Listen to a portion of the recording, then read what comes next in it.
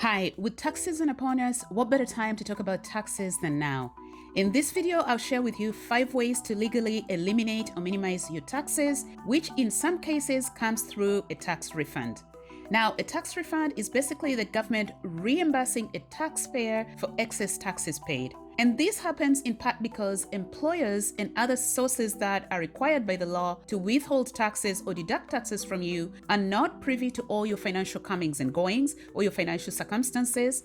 However, you have the ability to reduce how much of the deductions or taxes withheld the government gets to keep. So here we go.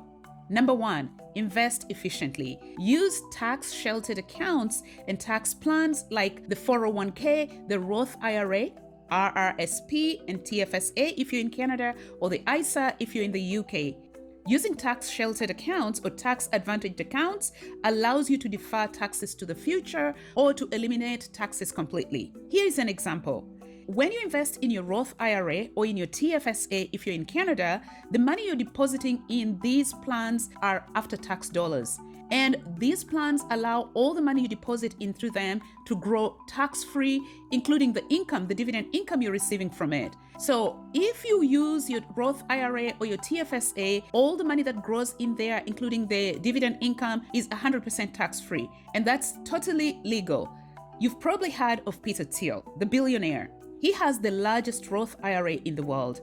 We learned through Politico in 2021 that he took his Roth IRA room of $2,000 and turned it into $5 billion. And the government can do nothing about it because at the time he was depositing money in his Roth IRA, in Canada that would be the TFSA, those were after-tax dollars. So by taking advantage of tax-sheltered accounts, you can avoid taxes completely and grow your wealth exponentially by paying no tax at all.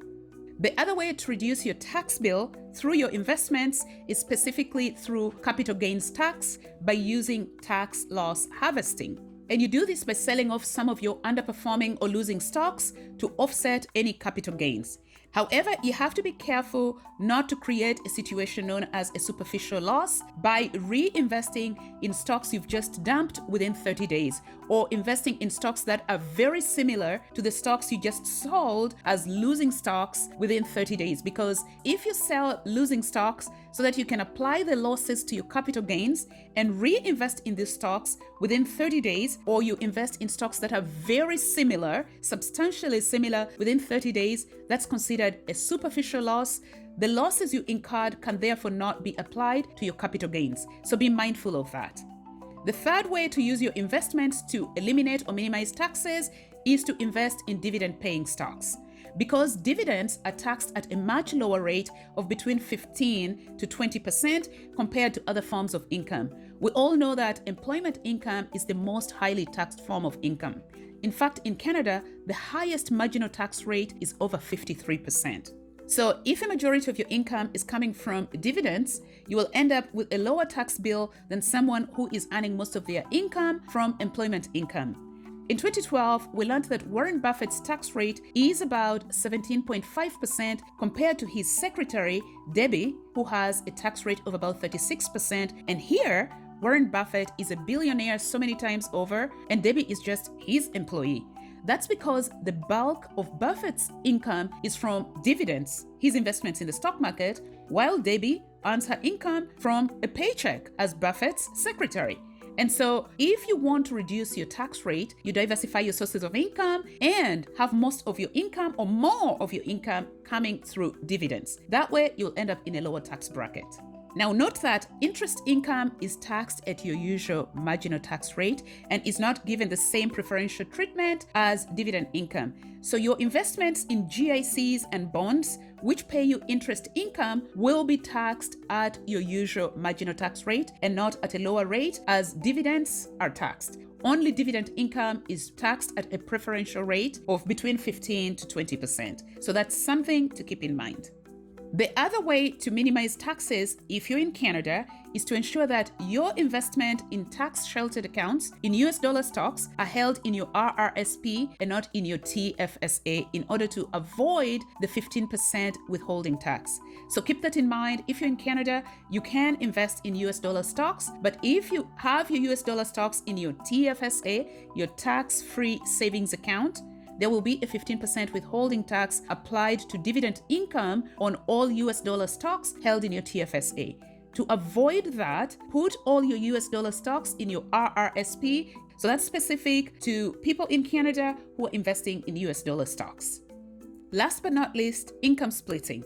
If you're a couple in a household where one spouse has a higher income compared to the other, the spouse with a higher income can contribute to the tax-sheltered account, the RRSP account of the spouse with a lower income, and in so doing helps bring down the overall taxes payable by the couple in the household, by bringing down the taxes payable by the spouse with a higher income.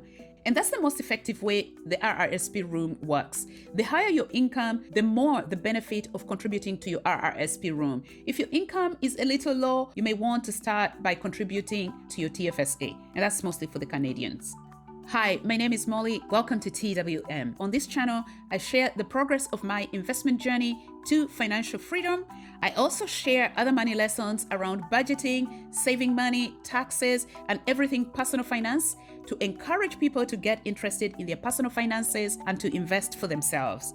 So if you're interested in content like this, please consider liking and subscribing to my channel. It encourages me to continue making these videos. Please note that this video is meant for educational and entertainment purposes and does not constitute financial advice, so do your own research. So the second way to reduce or eliminate your taxes is to become self-employed or start a side hustle. This is partly because employment income is the most highly taxed form of income. I have already alluded to that, but also because if you're self-employed, there are a lot of tax deductions that are available to you, which ultimately reduce the income on which your taxes are payable. A lot of expenses associated with self-employment and running a side hustle can be deducted from your income when you file your taxes. Everything from interest on your mortgage, on your car loans, even interest on your credit card can be deducted when you file your taxes if they're associated to your business, property taxes, insurance, travel costs including gas, vehicle maintenance and services, parking tickets. There are a lot of costs including home utilities like hydro, Wi-Fi, the internet. So, provided that an expense can be directly attributable to running your business or your side hustle, those expenses can be deducted from your income when you file your taxes. Number 3, credits and deductions. Now, while both credits and deductions help you reduce your tax bill or your taxes payable, there's a difference between the two. Deductions help you reduce the income on which taxes are applied. Credits help you reduce the amount of taxes ultimately payable. So deductions include things like contributions to your tax advantaged accounts, your RRSP, your TFSA, moving expenses to start a job in a new location, childcare expenses, contributions to your pooled pension at work. Those are considered deductions and they help reduce the amount of income on which tax is applied. Business expenses. Expenses associated to running a side hustle or self-employment, those are also considered deductions. Let's look at an example.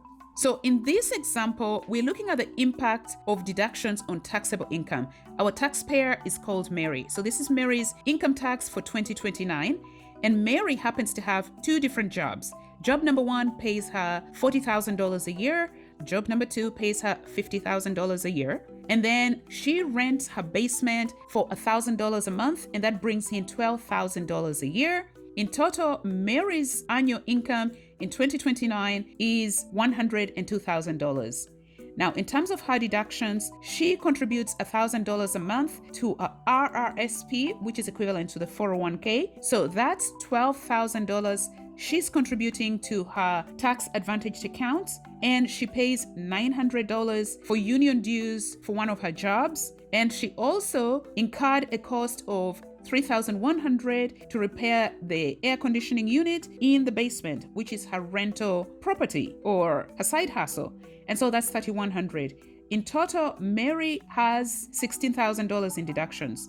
Now, her total income before deductions was $102,000. With the $16,000 applied to her total income, her new taxable income base is going to be $86,000. I'm also assuming that Mary's tax rate is 22%. Now, if we applied the 22% to her taxable income of $102,000, her taxes payable would have been $22,440. However, after applying the deductions, her new taxable income is $86,000. And so we apply the $22,000 to her new taxable income of $86,000. And so her new taxes payable are $18,920. The difference between taxes payable without deductions and taxes payable after applying deductions is $3,520. Mary is able to save $3,520 simply by using deductions. Now, of course, this is a very simplistic example, but this should give you an idea of the impact of taking advantage of deductions and credits when you prepare your taxes. They help reduce your final tax bill. Now, with regards to credits, they include everything from donations and gifts to charity, eligible dependent care, tuition tax credits, tuition loan interest credits, and so on. So you have to be mindful and investigate which credits and deductions might apply to you. I have personally taken advantage of so many tax credits and deductions over the years. I have received a tax refund every year for more than a decade because I often take advantage of tax credits and tax deductions. The fourth way to minimize your tax bill is through income splitting between couples, and this can be in a number of ways. So, as I mentioned earlier, if you're in a household in which one spouse has a very high income and the other one has a lower income, the spouse with a higher income can contribute to the RRSP, or the tax advantage contribution room of the spouse with the lower income, and that way bring down the overall taxes payable in the household. So that's one way to income split. The other way to income split is by splitting capital losses in your margin investment account between a couple. This is done by the spouse with the lower income transferring their capital losses to their spouse who happens to have a higher income and might be having a capital gain. That way, the spouse with a higher income and a capital gain is able to offset their capital gain by using the capital loss from the spouse with a lower income, and in so doing, bringing down the overall taxes payable in a household. Thirdly, pension income splitting, but be mindful of eligibility around age limits. By moving part of the pension income of the spouse with a higher income to the spouse with a lower income, you end up having the overall taxes payable by the couple reduced because of pension income splitting. Again, like I said, watch out for age limits around eligibility, because I think there's certain types of pensions that you have to be at least 65 in order to split income, and there are only certain specific types of pensions that you can split pension income at the age of 60. So that's something you might want to do additional research around. Last but not least, using the services of tax professionals can also save you significantly on your tax bill and help bring your taxes payable down. Tax professionals are always in the know about changes to tax laws and limited tax incentives that are coming into the market that may apply to you. While using tax professionals can be considered an unnecessary cost, they can be very beneficial, especially for the self-employed, or if you have a side hustle or you have multiple streams of income. The rich use the best tax accountants ever. That's why they are able to shield most of their wealth from the taxman. So yes, tax professionals can be costly, but they do have their place.